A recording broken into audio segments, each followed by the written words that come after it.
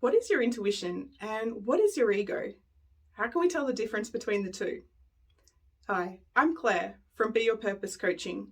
I'm an NLP Master Practitioner and an NLP trainer. I love to work with people all over the world to be their purpose.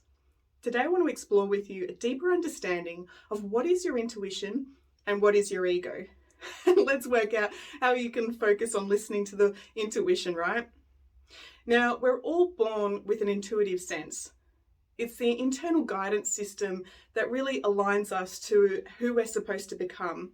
It aligns us to our purpose and our magnificence. But over time, our intuition becomes quite faint.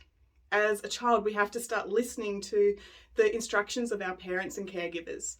And this is when our ego is formed. Now, the ego's number one job is to keep us safe. It will hold on to all of those limitations, all of the heaviness, the fears, the judgments, the criticism, to make sure that you stay safe, small, and within those four walls of that confinement.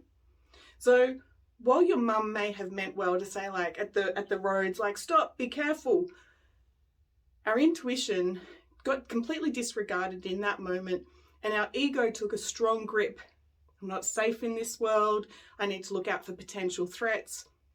And while that might be true, the ego holds on to such a strong grip into the possibility that we're not safe in this world.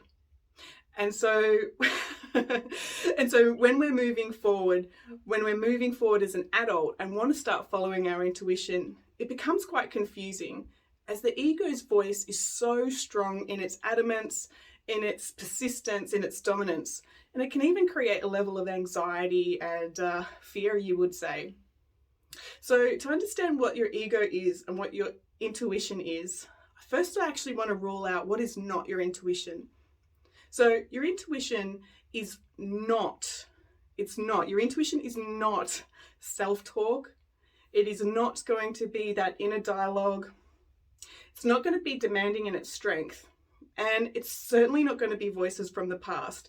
If you're hearing like Nana's voice and thinking, yeah, I'm getting some intuitive insights, you're doing psychic mediumship there.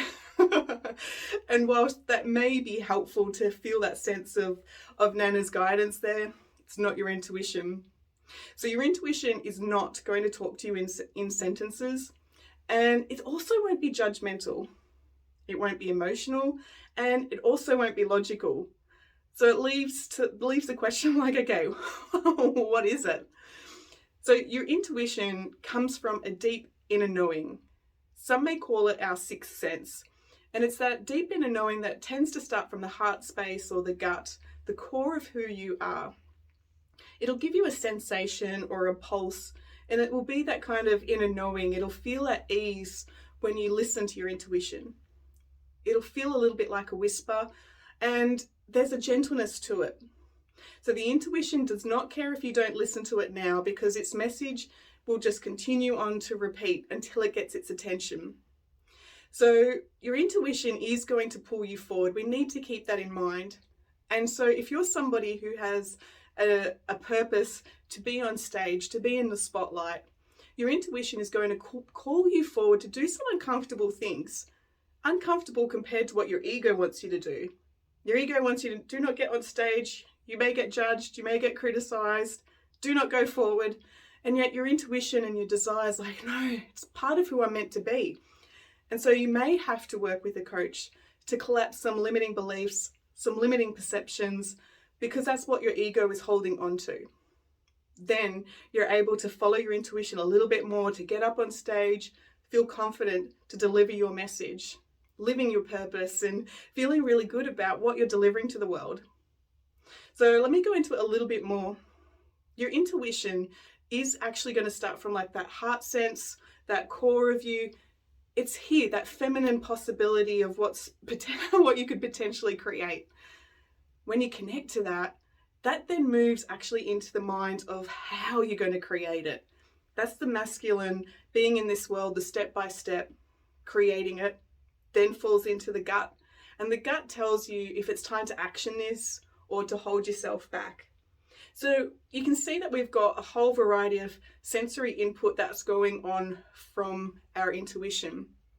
The thing that makes it confusing to listen to is that these pulses, this inner knowing, has to be understood by the mind. And that's where our ego, our conscious mind, our unconscious mind is sitting there. The whole motivation of the ego, the unconscious, is to keep us safe. So if the intuitive pulses come forward and the mind says, whoa, that doesn't make any sense, we're not going to follow it so much. So the intuition requires us to have a level of confidence, to take a risk, to feel good and trust in ourselves to move forward. Whereas the ego is going to want to keep you small, keep you down, keep you in fear, keep you in that scarcity mindset. The ego doesn't mind if you're living a poverty kind of struggle, financially kind of existence, but the intuition does want you to live in that kind of abundance.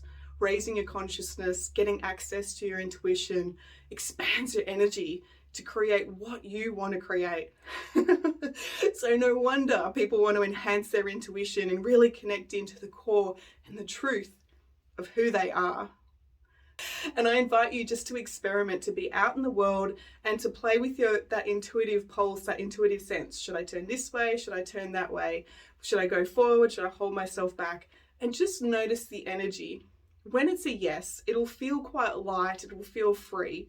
And if it's a no, it may feel kind of like, if it's the ego, it may feel heavy, agitated, and most likely you've convinced yourself that this is the right thing to do because it's an obligation or a limiting belief to serve somebody else. When we're living to the obligations, it means that there isn't any choice. So if there's no choice, there really isn't any joy. And this again is the ego. I know I was going to wrap that up and now I'm going off on a whole different tangent. But again, intuition feels a lot lighter. So I'm Claire from Be Your Purpose Coaching. If you need any help with your intuition, get in touch with me and I will talk to you later.